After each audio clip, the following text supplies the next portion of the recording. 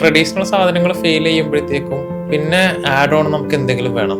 ഒരിക്കലും ഇനി ഇതിന്റെ അപ്പുറത്തേക്കൊന്നും ഇല്ല എന്ന് ആരും കേൾക്കുന്ന ഇഷ്ടമല്ല. G-Gator ഉപയോഗിച്ചിട്ട് ഇതുപോലുള്ള അങ്ങനെ എന്തെങ്കിലും സ്റ്റോറീസ് ഉണ്ടോ അവിടെ? അതുകൊണ്ട് ആക്ച്വലി കുറച്ചു കാലം മുന്നേ നമുക്കൊരു ലേഡി വന്നിട്ടുണ്ടായിരുന്നു. അത് ഇതേപോലെ ഒരു 59-year-old ലേഡി ആയിരുന്നു. അമ്മയും മോള വന്നത്.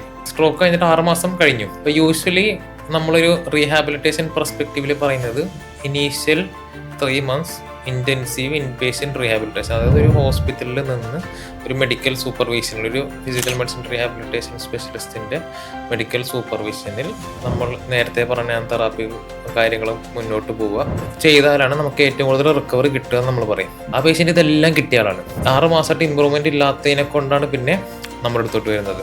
എൻ്റെ അടുത്ത് പിന്നെ ഉണ്ടായിരുന്ന ആകെയുള്ള ഒരു സാധനം നടത്തിക്കാൻ വേണ്ടി നമ്മളുള്ള സാധനം ലോവറിലും ഗേറ്റ് ട്രെയിനർ റോബോട്ടിക്സിന്റെ G-Gator ആണ് നമ്മുടെ അടുത്ത് ഉണ്ടായിരുന്നത്. ആ പേഷ്യന്റ് അതിൽ സ്റ്റാർട്ട് ചെയ്തു. ഞാൻ ആദ്യമേ അവരോട് കൗൺസിൽ ചെയ്തിട്ടുണ്ടായിരുന്നു. ടൈം പീരീഡ് ഫസ്റ്റ് ഇത്ര സമയത്ത് നമുക്ക് ഏറ്റവും കൂടുതൽ റിക്കവറി കിട്ടുക, അത് കഴിഞ്ഞ് ലിമിറ്റഡ് റിക്കവറി ആയിരിക്കും.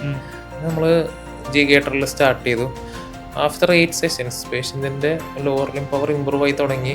Actually she went back walking, സ്വന്തമായിട്ട് നടന്നിട്ടാണ് പോയത്. അപ്പൊ അത് ഇപ്പൊ കുറെ കാര്യങ്ങളിൽ ഇങ്ങനെ ഡൗട്ട് വരും. ഇപ്പൊ തുടക്കത്തിലാണെങ്കിലും ഈ പേഷ്യന്റ് റിക്കവർ ആയത് ഡിസീസിൽ നിന്ന് വരുന്ന ഫേസിൽ റിക്കവർ ആയതാണോ, അല്ലെങ്കിൽ ഇതേപോലെ തെറാപ്പി കിട്ടിയതുകൊണ്ടാണോ, തന്നെ ആയതാണോ, ഇതെല്ലാം ഡൗട്ട്ഫുൾ ആണ്. കാരണം ഇതുകൊണ്ടാണ് ഇത് ഇമ്പ്രൂവ് ആയത് എന്ന് നമുക്ക് പറയാതിരിക്കലും പറ്റില്ല. പക്ഷെ ആ കേസിൽ ഇതെല്ലാം ആൾക്ക് ഓൾറെഡി കിട്ടിയതാ, നിങ്ങൾ കിട്ടാൻ ഇത് മാത്രമേ ബാക്കിയുള്ളൂ. അത് കിട്ടിക്കഴിഞ്ഞപ്പോഴത്തേക്ക് അത് ആഫ്റ്റർ 6 months ആയിരുന്നു.